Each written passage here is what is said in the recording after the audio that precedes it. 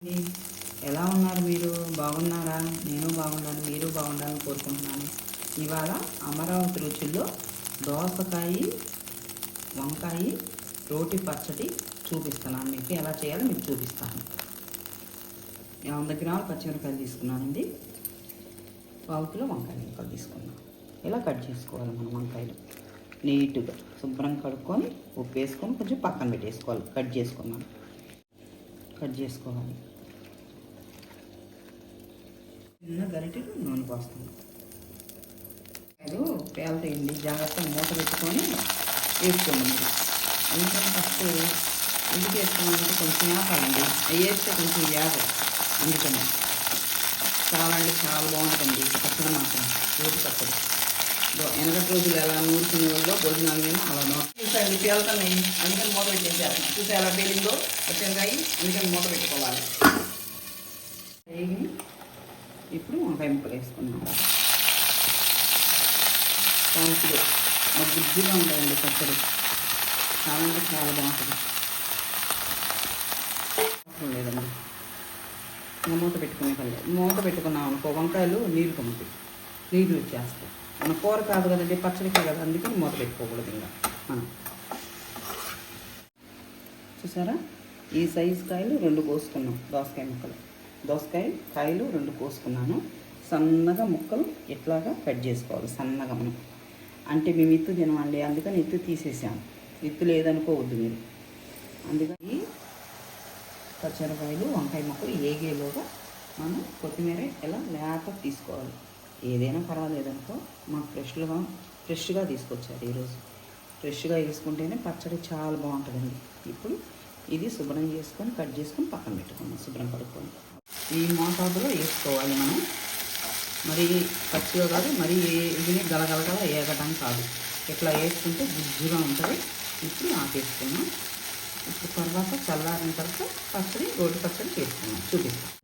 ఎంత తీసుకోవాలండి? చిన్న నిమ్మకాయ ఎంత, చూసారా?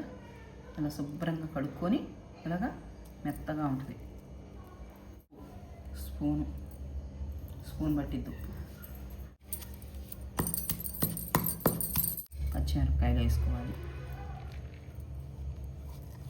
ఇది పక్కన పెట్టుకున్నాం. ఇప్పుడు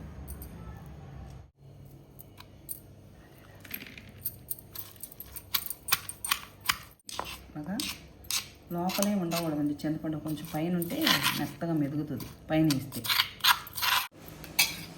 ఈ వంకాయ ముక్కలు ఉన్నాయి కదా, ఈ వంకాయ ముక్కలు వేసుకొని మెత్తగా నూరుకోవాలి.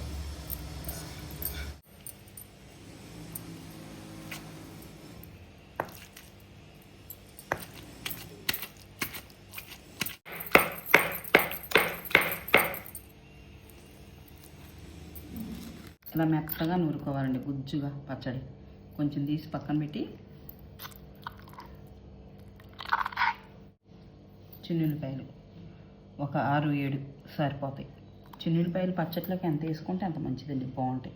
అంటే ఎక్కువ అంటే వేసుకోకూడదులేండి. ఇట్లా ఎందుకు తీసానంటే పచ్చడి చింది పడిద్దండి, ఎక్కువగా ఉన్నిందిగా. అందుకని ఈ చిన్నుల్లిపాయలు అనేది చితకాలి కదా, అందుకే. ఇప్పుడు కొత్తిమీర వేసుకున్నాం అండి. చూసారా, కాడలు ఎక్కువ వైపు ఉంది వేసుకున్నాం అండి పచ్చట్లోకి నూరుకుంటానికి.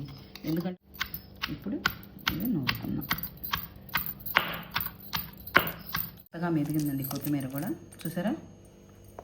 ఇప్పుడు ఇందాక తీసుకున్నాం కదా పచ్చడి, సగం తీసుకున్నాం దీంట్లో. ఇలాగా మళ్ళీ కాస్త ఉప్పు పట్టిద్దండి. ఇప్పుడు అంతా కలిసేటట్టు నూరుకున్నాం. ఇప్పుడే పైకి వచ్చేస్తుంది మొత్తం.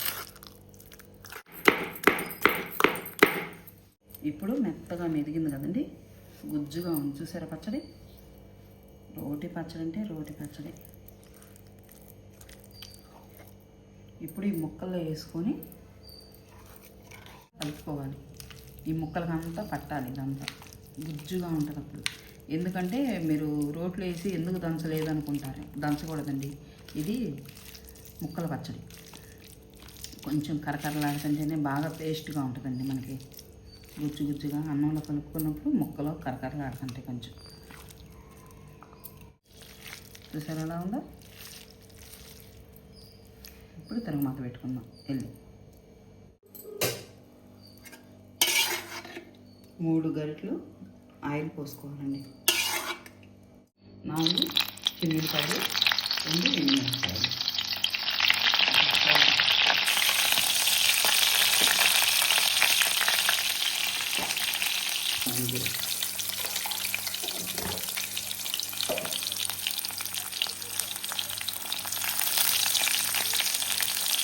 మూడు రెప్పలు కరివేపాకు.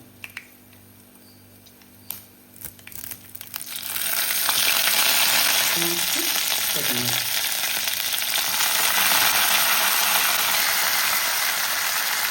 పసుపు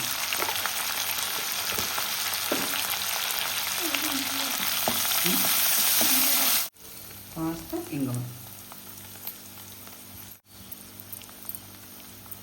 ఇవి వేసుకుని టేస్ట్ ఉంది పచ్చడికి.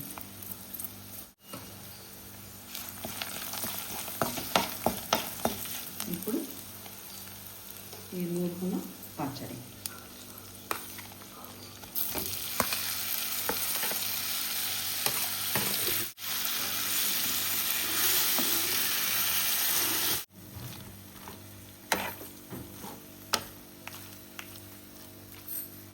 నోరూరి దోసకాయ వంకాయ వేసి రోటి పచ్చడి. నోరు ఊరిపోతున్న కూడా మీరు కూడా ఇలా చేసుకోండి. ఇప్పుడు ఇదొక బౌల్లో తీసుకున్నామండి. రెడీ అయింది. ఇంకెచ్చబెట్టకూడదు ఎక్కువగా. ఇంకటి చూసారండి, దోసకాయ రోటి పచ్చడి వంకాయ వేసి శనక్కాయలు కానీ ఏమి వేయలేదండి. మీకు నచ్చితే లైక్ చేయండి, షేర్ చేయండి, గంట సింబల్ క్లిక్ చేయండి. అమరావతి రుచుల్లో మరొక రుచితో వస్తానండి.